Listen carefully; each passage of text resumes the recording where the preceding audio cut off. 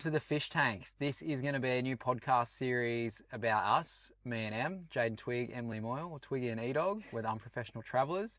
We're going to do a series on our journey of travelling Australia the last 3 years, brands we've worked with, how to work with brands, fishing ambassadors, fishing sponsorships, how we got a free boat, and all the little tips and tricks in between. So this episode is going to just explain how we've travelled Australia the last couple of years, like the way we've done it, and get you to know us a little bit better. So I'm 29, I'm a podiatrist. We're both from country Victoria. Em's a physio. Also 29. Also 29, slightly older, nearly 30. But yeah, tell us a bit about how we all did it, eh? Yeah, so basically our story really quickly is we both grew up in country Vic. We left there when we were 18. We both went to uni and did our professions. And then after that, we moved to Newcastle, New South Wales, where we were living. We were working there in healthcare. We were working there in 2020. So my first year working was 2020, and we always had the plan of let's do a year of work. I wanted to get comfortable in my skill, and then we were going to move over to Europe or move over to the UK and work over there and travel for a couple of years. That's always was the goal. All through uni, we were like, yep, that's what we want to do. That's what we want to do. So I moved to Newey. We were like, yep, let's work. If anyone remembers, 2020 was the first year of COVID. So that threw our plan out the window of going overseas. We still wanted to travel. And by this time we lived in Newcastle for a couple of years. All through COVID with lockdowns and stuff, we were just like, we just want to save money. We may as well just work really hard. So I think we both had 3 jobs. We were both hustling, saving up everything we had, because we still wanted to have the dream of going and living in the UK. That kept getting further and further away because you couldn't travel internationally, blah, blah, blah, blah, blah. But we had bought a house. We'd still been working, but we weren't ready to just buy a house and settle down. We still really wanted to travel, and Australia was opening up a lot quicker than it was to go overseas. So basically we decided, well, we can't go overseas. We're done with this place. We wanted something new to do, so we decided we'd travel around Australia. Yeah, so bit of a misconception in healthcare, you get paid very little. We were both on like 60 grand for the first couple of years after uni, and we had studied for 5 years. I was getting paid more working as a lifeguard and packing boxes as my casual jobs at uni. Yeah, factory work. Anyway, so you don't get paid that much, but that's why we're working 2 or 3 jobs, working 7 days a week. We couldn't go anywhere. Saved up all our money. We bought a house in the ghetto, and then we're like, Lavington, or if anyone knows it, they call it Stabbington. Because we couldn't afford to buy Newey where we actually lived. But anyway, we got our foot in the door, and we were like, yep, alrighty, let's go. At the time, we were like, we need to save up some money, blah, blah, blah, blah, blah. Then we saw all these locum jobs coming up for physio and podiatrists, which is obviously what we do. The hourly rate for those locums, which is like a short-term contract job, was almost like double what we were getting paid per hour. So we were like, we need to go and get these bloody locums. Like these things are going off. Like we need to go. And they were getting emails every week like, locum here, locum there. And we were like, we can go and do this and actually make really good money. So we decided, let's just bite the bullet. Let's just go. So we were getting paid about $30 an hour. Locum was about 60. And because there'd been no international workers over here, there was heaps of availabilities for it in Australia. But yeah, we were like, let's go, let's travel. But neither of us, like, you'd done a bit of camping, four-wheel driving stuff, but I had not really done much. Neither of us owned a four-wheel drive. We didn't have a setup at all. I had a Mazda 2, you had a Commodore. And we were like, well, we actually need a four-wheel drive. We need to set ourselves up to actually go and travel. So welcome, Trevor. Welcome, Trevor. So we decided, we were looking at cars, and obviously they were just through the roof because of COVID as well. But we decided we were going to get a Toyota. Didn't matter what it was, but... Oh, Land Cruiser. Land Cruiser, but yeah, we ended up getting a Prado, so don't oversell it. But decided we'd get a Toyota, and then Twig was talking to his pop one day, and his pop was like, oh, I think my mate's selling a Toyota, like, I'll ask him. Anyway, he had this 20-year-old, was it 20-year-old or maybe just under 20-year-old? 2006, 120 series Toyota Prado. Champagne colour, which I'd said to Twig, he said it was a Prado, didn't know anything more about it, and I said, as long as it's not that ugly gold colour, like, I don't care, just buy it. And of course it was the gold colour. Anyway, he had that up, he was going to sell it to us for 15 grand, which at the time was probably worth like 30 grand because of COVID tax, but he was just a legend and was like, this car's not worth that, I'm not selling it for that, so I'll give it to you for 15. And we were like, should we sell it? We were like, should we sell it for 30? We could probably sell it the next day and for way more money, but no, it was a beast. He'd owned it since brand new. It was his pride and joy. He used it to tow a caravan, never been off-road. It was in absolutely... he was one of those guys that had just looked after his car 260,000 Ks on the clock. It just had a Yeah. heap of work done to it. It was a beast. It was sweet. Mm. So we get the car, we fly from Newey, pick it up in Melbourne, meet Trev, drive it back that day, get it back to Newey, and I'm like, righto, bull bar, suspension, lift, Drawers, fridge, yep, rooftop tent. Did all my research, got everything pretty decent, I thought, and yeah, everything was quite good. We got like the home brand King's drawers, but we got an Engel, got all that stuff, so it was all good. So I fit pretty much everything myself, except the suspension, bull bar. Then this was all done within a couple of weeks, like 2 or 3 weeks. We're still so we working. picked the car up end of April and we left May 20th. We're still working 7 days a week. We're moving out of our apartment, selling all of our stuff, selling our cars, and just getting ready to go. So we're done pretty well. So anyway, we sell all our stuff. Em sold her Mazda 2 for pretty much what she paid for it, brand new, like 7 years ago. Got a really good price for that. You sold your Commie, which pretty much paid for the car and the mods. Yeah. And then we sold everything we owned, just flogged it all off on Marketplace because that's where we bought it all anyway. Got rid of our apartment. We had to do an Annalise clean, got rid of all of that.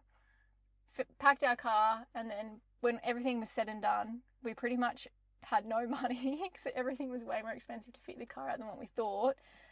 But we did have $2,000, which was from getting our bond back. Happy days. So we were like, sweet, we got $2,000. It's going to be cheap to live on the road. We'll just cruise along. That'll do us for a couple of months. Like, no dramas. Next minute, we went to we're leaving, and we went to go fill our car up, and it was a 180-litre tank, and diesel was $2.40 a litre. So it was like $400 or something. Nearly $500, quarter of our money gone. I bought a fishing rod. $1,000 kind of gone. We had work kind of lined up in the Gold Coast, and we're like, oh, it'll take a month or two to get up to the Goldie. Anyway, we punched like northern New South Wales out in 2 weeks, got to the Gold Coast, did our first house sit. And work. So I meant to work for 3 weeks. We ended up working for like 6 or 8 weeks, got some money up. We'll do a full episode on house sits and how you can find them and how good they are when you're traveling. So we did our Goldie stint, got some money, sweet, let's get up to Cairns for the winter. So we kind of punched up the coast. I can't remember how long we had, but we did it pretty quick. We stopped in and saw a few things, but got up to Cairns. Both worked in healthcare again, podiatry and physio. We stayed in Menunda, I think. So you don't stay anywhere in Cairns. It starts with M. We stayed in the dodgiest caravan park. Like the night we got there, 20 cop cars out the front, all these people arrested. There's like, it was sketch city. Yeah, anyway. Druggy as, very, very bad. M's like, I'm not staying here. Why are we doing here? Rah, rah, rah. Anyway, we're there for like 10 days. 3 weeks there, and it was non-refundable. Anyway. And it was, what was it? It was like $200 a night or something as well. We were still happy though, because we were like, we're in Cairns, we're at the Great Barrier Reef, we're going to go out diving. Like, we still weren't too bad, but because we wanted to go north for the winter. We were like, we don't like winter, we like summer. So we were like, let's go north for the winter. We worked in Cairns. I can't finished there in like September. We ended up staying with one of my bosses, so, and then actually we ended up sneakily camping at the podiatry practice. When everyone went home, we'd just go to gym, have a shower, drive back because there was a bedroom. Well, there's like a lounge room there, and we'd just take our mattress in. Anyway, so worked in Cairns. That was awesome. Had a good time up there. Did heaps of fun stuff. Such a sick spot. And then we came back down to the Goldie. No, we went to Hamilton Island. Oh, sorry. So we went to Hamilton Island. Over Christmas, because Twig's brother lived there, and we were like, Hamilton Island, Whitsundays, let's do it. Can't be a physio and can't be a podiatrist there because I don't have one. So you worked in the gym doing classes and my job was easy and good. And I worked in a 5-star resort there, just making coffees, delivering food, like as a waitress sort of thing. $20 an hour. Yeah, we made $20 an hour, but you get some inclusions living there. But best experience we've ever had. We loved it. Yeah, we absolutely loved it. We did that for 4 months, and then we went back to the Goldie. We had to do some work on our car. We worked there for like a month or two. And then from there, we wanted to go to Darwin for the winter, but we wanted to do the centre of Australia, like Uluru and Ayers Rock and stuff. And we looked at the map a million times. Remember doing that from Gold Coast? We couldn't work out the best way to do it. And it's like, there is no best way. It's literally a massive detour because you're doing a lap of the coast and it's right in the middle.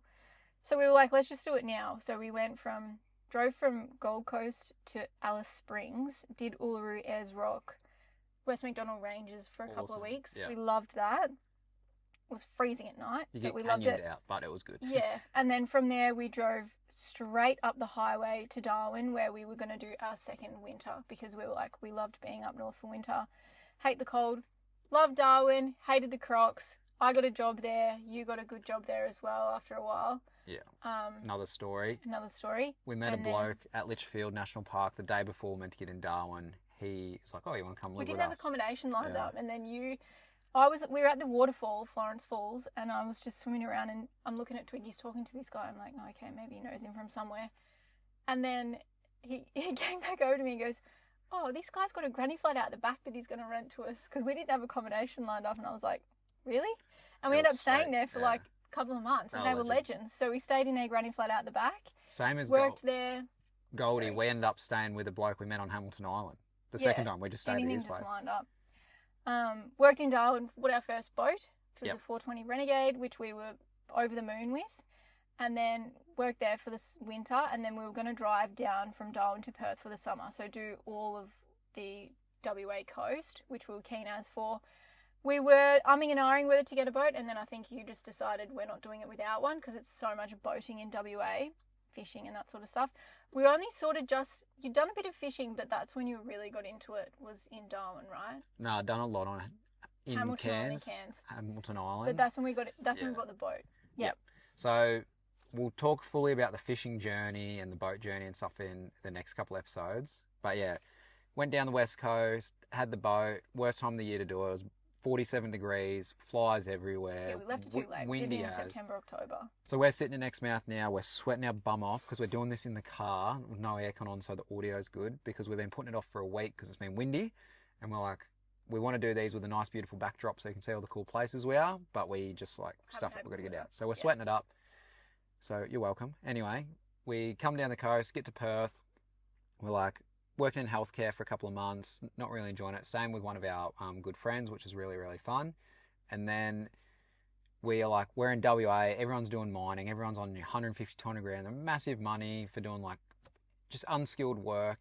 Not that they're not skilled, but like it's just unskilled. You can, drive a vehicle. You don't have to have a trade. Work. Yeah, anyone can do it. And it's fun. So let's do mining. So Em got a job on Koolan Island, which is off Derby. Amazing location, beautiful in the Kimberleys, gets fed awesome food, loves her job. I was working down southern WA Greenbushes. It's like a mountainy kind of area in the forest, very, very beautiful, cold in winter. We're on the same swing, so we're both doing Wednesday to Wednesday, 8 and 6. So we'd work week, have a week off. At the start, I was working a fair bit, and so was Em in her week off, because we're just trying to get money to keep travelling. Wasn't really feasible because the shifts didn't line up a heap and it just wasn't working. So we're like, all right, let's enjoy our weeks off, we'll travel. So we spent the next kind of 6 to 8 months in our week off. A lot of it was down south, Margaret River, exploring all of WA. So work a week, explore a week, still save money. We didn't really know what our plans were going forward. Still wanted to go overseas, or possibly upgrade the boat, head back up north, because we kind of missed doing North WA. Yeah, we decided we're not going to miss that whole, we're not going to have done it and it's been windy. We took the boat out like 3 or 4 times. It was, and in slop as well. And we could see how beautiful it was up here, and that's why we're back up here now, and we really wanted to get back up, but we probably need to upgrade the boat in a few ways. The boat's awesome, the 420 we had, but just if the weather's up a bit, it limited us, and you need to spend a lot of time up here to get the good weather. So anyway, we did that, ended up working there for 14 months. I just retired last week or 2 weeks ago, and we've spent the last couple of weeks going from the bottom of WA up to the top. Em got crook for a bit, so we had to pause it in the middle, but we're up in Exmouth now, and Em's still working. So she's just had a couple of weeks off, and now she is going back to work tomorrow, and she's going to do week on, week off, because she loves her job and wants to keep doing it. I'm just going to have a couple of months off, figure out what we're doing.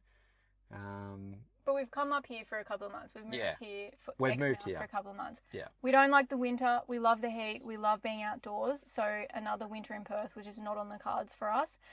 So, and we got this epic boat deal. So we met Andre and Danny from Blue Dog Boats, which is a whole nother podcast on how we ended up getting a free sponsored boat. But yeah, we don't know how, so we don't know how long we have this thing for. We were going to go overseas, or we're going to do something else, or we're going to come up here for another couple of months, but then met Andre. He's given us this boat, which we'll talk about in 2 podcasts time. And I was like, well, I'm driving this thing all around Australia. This thing is sick. Yeah. So that's kind of where we are at now. And we've got some awesome missions planned, though. We've got heaps of cool stuff we want to do while we're up here, especially while we've got this boat. So stay tuned for all of that. But that kind of brings us to the present day of where we're up to in our lives at the moment, I guess. What we've been doing for the last 3 years and what we're doing for the next couple of months, because we don't really plan that far ahead. But the basis of this podcast is a couple of things. We're going to talk about our fishing journey and how we end up being sponsored for that, as well as the boat. They'll be in 2 separate podcasts. But our main reason for sharing this and doing this little intro, I guess, was just to show people as well that we didn't know anything. We didn't have that much money. We didn't really have the know-how. We didn't have the setup. We didn't have any of that. We just did it all on a whim, made it work, and that it is so possible to travel, especially while you're young. Yeah, low budget. Like, yeah, we had jobs. You don't need all the bells and whistles to go and do it. Yeah, it can make it more comfortable, but... Yeah. We had jobs in healthcare, which, like, to be honest, that did make it a bit easier to get work here and there, but the money wasn't that good. But if you want to do it, go work in a pub, go work at a gym, go do some farm work like we've done. If you're a tradie, you are laughing. Tradie, you're going to just make cream, or go do 6 months in the mines and then you'll make enough money to travel for a year. Yeah. Anyone can do it, any skill set, especially once you get north of Brisbane, there's money to be made. But yeah, the biggest thing is just leave and it will work itself out. The worst thing that can happen is that you go back home and you just keep doing it. You run out of money, you go back home. Yeah, that's what we ended up saying when we were leaving. We're like, what's the worst thing that can happen? Well, car dies and we run out of money. Well, then we're back where we started. Yeah. There's heaps of jobs out there. There's nothing to lose. But yeah, we've loved every minute of it. We don't know how long we're going to keep doing it for. Like, I want to keep doing it forever. I just love being outside, love camping. It's my favourite thing to do. But yeah, we're going to teach a heap of things we've learned on the road, and we're going to do just short 15, 20-minute podcasts that you can get to know us about.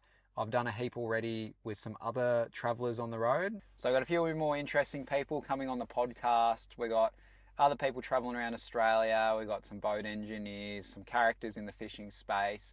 So this podcast, we're going to do short 15, 20 minutes ones of me and Em giving you our story, our information, possibly thinking about doing weekly updates because we're going to be on the road about what we caught that week, relating it to our YouTube fishing, all that kind of stuff. But then we're also going to be interviewing or doing podcasts with some other cool people to get out the fish tank out there, and hopefully it's something you guys like and resonate with. But if you got any questions, hit us up on YouTube, Instagram. And yeah, the next episode is going to be about our fishing journey, and then the one after that is going to be about the big Blue Dog boat. Yeah, and a little teaser for the fishing journey. So when we left in 2022, we didn't own a fishing rod for about 6 months. Fast forward to now, 2.5 years later, and we're sponsored by a massive fishing company. Ooh. A couple of big fishing companies. Who is it? It's not a secret, but it's been an interesting journey, and really credit to Twig who's fast-tracked it really quickly. But yeah, we're going to give you the ins and outs of how we did it, because we are sure people would froth to be in the position that we're in as well. So sweet. We'll see you in the next one. Thanks for listening. Bye.